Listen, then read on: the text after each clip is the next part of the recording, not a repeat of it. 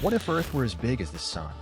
Every morning, upon opening your eyes in this colossal world, you would no longer see a clear, blue sky like the one we know, but an immense and overwhelming dome of intertwined atmospheres, a blazing ocean of gases in perpetual turmoil. Colossal whirlpools of scorched clouds would rise thousands of kilometers high, shrouding a horizon that curved far beyond the reach of any human eye, hidden behind an incandescent and suffocating haze. The air, dense and heavy like an immense invisible slab, would crush you with intolerable force, making each breath a monumental effort. Mountains that once proudly defied the sky would inevitably collapse like sandcastles under the relentless assault of an unleashed, multiplied gravity, reduced to dusty rubble. And life in this gigantic and ruthless world would be nothing more than a distant echo, barely perceptible, a blurred and agonizing memory of what once flourished under the gentle shelter of our small, perfect blue planet. Buildings, those colossal monuments of concrete and steel that for centuries embodied human ingenuity and perseverance in the face of nature's challenges, would immediately surrender to the unstoppable force of unleashed gravity. What were once proud symbols of civilization, skyscrapers that touched the sky, suspension bridges spanning entire valleys, towers rising like spears against the horizon, would now twist and groan until they collapsed without offering the slightest resistance. Every beam, every foundation, every bolt would be useless against the crushing pressure that exponentially multiplies the weight of everything upon the face of the earth. Bridges, which once connected cities and crossed seas, would fall in cascades of debris, like dry branches snapped by an invisible but infinitely powerful storm. Skyscrapers, once proud urban sentinels, will be dragged toward the ground as if a giant hand were pushing them toward the planet's center, crushed against the surface until they were reduced to unrecognizable rubble. Even the mountains, which for eons defied tectonic forces and the winds of time, will be unable to withstand the brutal weight now pressing down upon them. Their peaks, once lofty and proud, would slowly collapse in titanic avalanches that would fill valleys with dust and pulverized rock. But the devastation wouldn't end there. The very air, which normally flows lightly through our lungs, will become an almost liquid mass, so dense that it would press down on every centimeter of the surface with unbearable weight. Breathing would be like trying to inhale inside an invisible ocean of molten lead. Even without moving, you would feel the atmosphere itself crushing you, smothering every spark of life until it was completely extinguished. The Earth as we know it, that small blue jewel of just 12,742 kilometers in diameter, will be transformed into a planetary colossus of cosmic proportions, matching the Sun's 1,391,000 kilometers in diameter. But this is not just a simple change in visual scale. It is a fundamental metamorphosis of every element that makes up our world. By multiplying its size, Earth's mass would reach almost incomprehensible numbers, 1.989 times 10 superscript 3 kilograms, turning it into a celestial body whose gravity would pull at the fabric of space-time around it as if it were a sheet wrinkled by a gigantic stone. Under this new crushing gravity, every form of life would collapse in seconds. Earth's gravity, now moderate and gentle at 9.8 meters per square second, would turn into a brutal force of 274 meters per square second.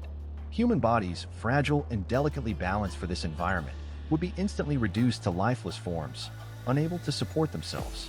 A body of just 70 kilograms would suddenly bear an effective weight of almost 2,000 kilograms. Breathing would become a titanic effort. Even the simple attempt to move a finger would require more energy than any living being could summon.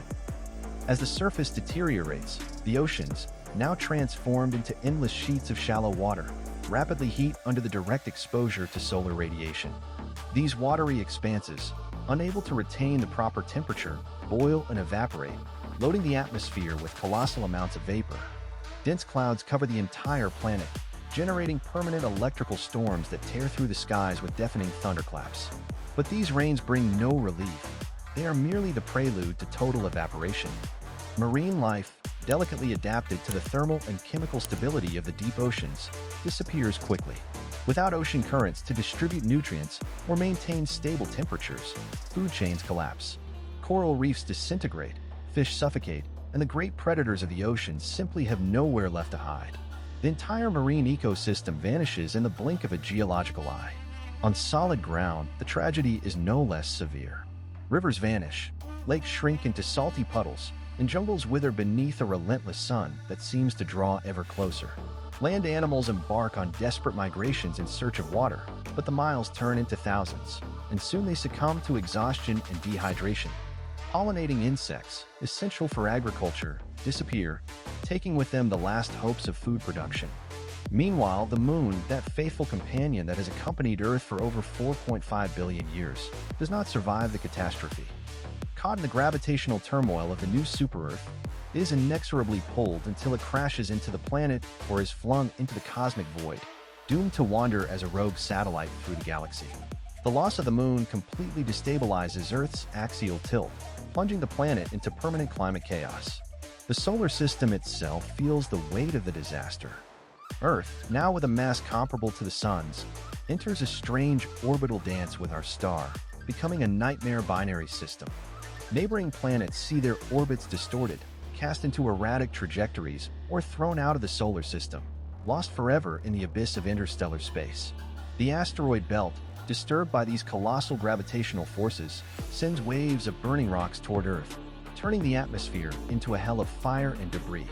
As if that weren't enough, time dilation emerges as a final cruel paradox. The extreme gravity slows time on the planet's surface, stretching every second, dilating every minute, as if the universe itself refused to let the tragedy end. From the outside, observers would see a planet trapped in slow motion, its final moments prolonged into infinity. From within, the few witnesses of this inferno would experience an eternity of agony.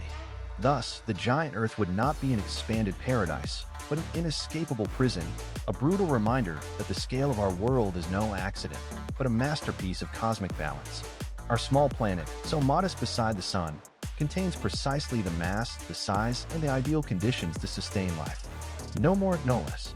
So then, is the true wonder not found in physical grandeur, but in the perfect precision of our cosmic proportions? What lessons might we learn from imagining impossible worlds, if not the urgent need to care for the only one we have?